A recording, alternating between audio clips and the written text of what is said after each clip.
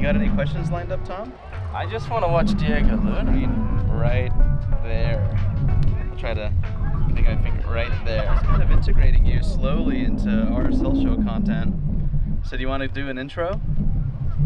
Hey guys, welcome to the RSL show. Tom Hacker here at Zion's main stadium. Andy Munoz behind the camera. And hopefully we'll get some good content today. Speak to the lads, see what they're all about. Thanks for tuning in to the RSL show, brought to you by One Wire Fiber. Thank you so much. Wow. Yeah, hey, do the transition. Do the hand thing over the lens. Okay. Pretty fucking good.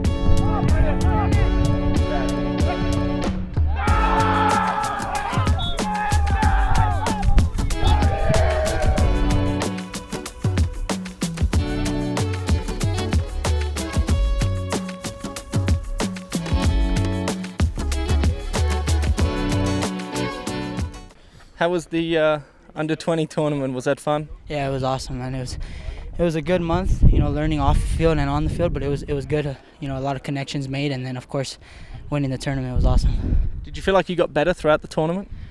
100%. I kind of had a little stomach bug for about a week and a half, so it was kind of hard.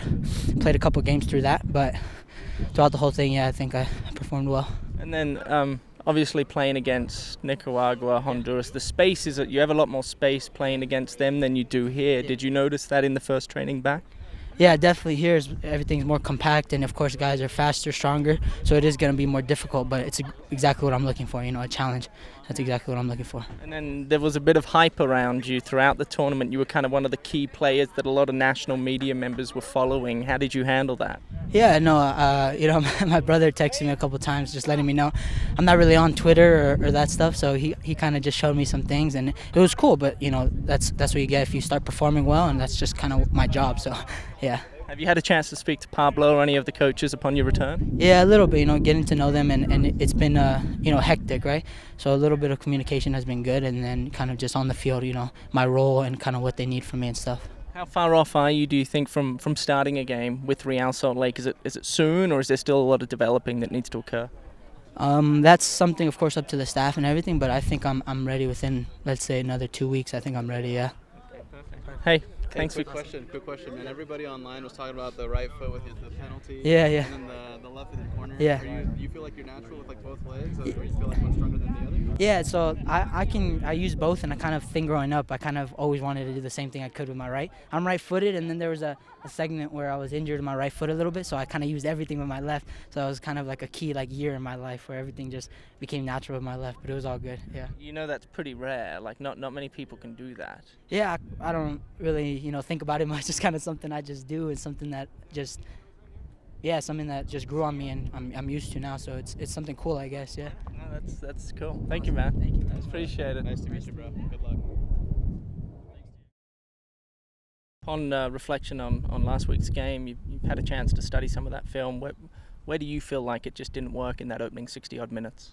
Yeah, I think we started really bright. I think the first 8 minutes, I think we did what we wanted, which was to turn them, get balls in our final third, and create some scoring opportunities, be it through crosses, and I think we did a decent job of that. After that, it was really, I think, our individual mistakes. I think we had good possession of the ball, and we'd give up cheap passes that then turned into counters. And when you give 3 or 4 of those moments away in a span of what maybe feels like 10 minutes, now the pressure starts mounting against you. Now we get the ball, there's a lack of movement in anticipation of another lost ball. So it's almost a psychological phenomenon that leads to momentum changes. And I think that really set the tone for us in the first half, and we found ourselves really in a lot of dangerous transition moments against us, and weren't able to create enough in our favor. Jasper and the introduction of Jasper and Anderson kind of at halftime and 55 minutes in changed the game as well, the way it was played.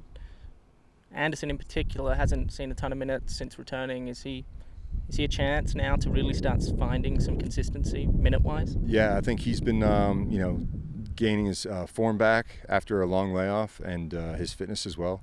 I think last week was probably the sharpest week of training he's had. I think his movements in the game validated that, and so he's definitely a player that's moving in the right direction, full of confidence, and he brings something that I think is really important, which is an ability to threaten behind, especially a team like Colorado, who's been who's shown that they're capable of getting beaten behind the back line, and so he poses a real threat that we haven't had up front ever since Bobby left. So excited about the way he's progressing, and look forward to him continuing to do the same.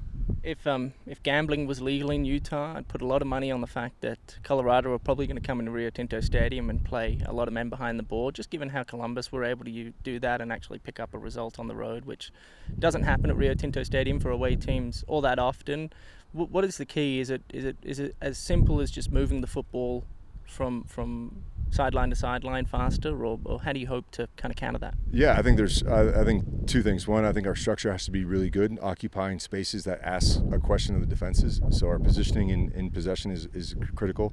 And then I think it's continuing to threaten, looking forward to find those gaps to be able to turn between the lines. And if those aren't available, always rotating the ball quickly and moving the team from side to side to then open up spaces. But there's got to be structure, and there's got to be an impetus to look forward, and then it's rotating the ball quickly. I hope this doesn't come off poorly. For how big and large and strong and fast as Sergio Cordova is, he can sometimes be put off with physicality, or at least that's how I perceive it. I don't know if you do the same. Have you spoken to him about trying to become more of a dominant figure on the pitch, just given how big and strong and all those things that I mentioned he is?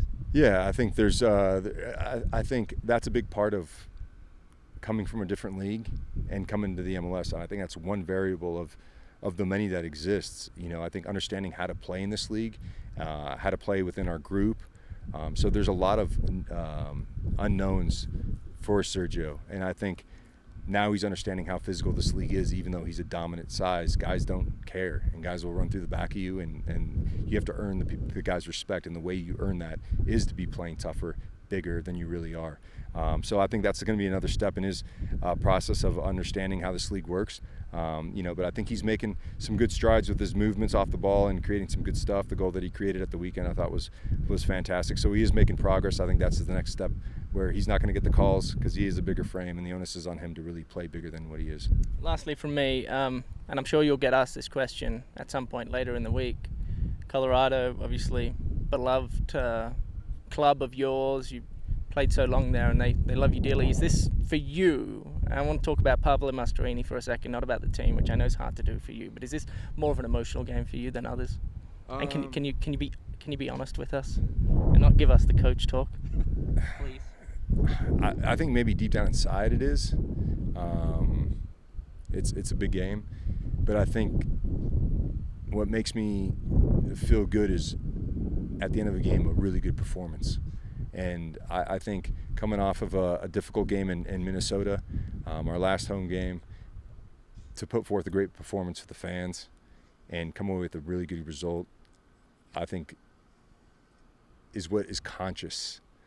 The subconscious, I think, will always be there, which is my old club and a club that I played many years at, and I want to win and I want to beat them. But really, at the end of the day, it's what you go to bed thinking is we played really well and we got a great result against a very good team, and that makes me sleep easy. I do have one more, and it just came to me. Vancouver, tough result. International break. San Jose, better. Columbus, little lackluster, and then obviously Minnesota. So you are in a little bit of a lull. I mean, it's not horrible, but you were flying prior to Vancouver, and now it's starting to dip a little bit. Is that? Do you feel like the players are aware of that, and that adds to kind of the importance of this week? Yeah, I think they're definitely aware of it. I think our expectations are extremely high for ourselves, and I feel like all of us in life, we think the trajectory towards success is a straight line forward. However, we all understand that life is nothing like that, and you're going to always be thrown in the spin cycle. And the most important thing is how do you react. And I think we have a great group of guys, great leadership group. I think we have solidarity in and amongst us. And so really the onus is on us to understand that this is a part of the process. And really the only way we can control the future is by having great reactions in the present. And so this next game against Colorado is an important one for that psychological part as well. Thank you, Pablo. Awesome, brother. I do have one off the record.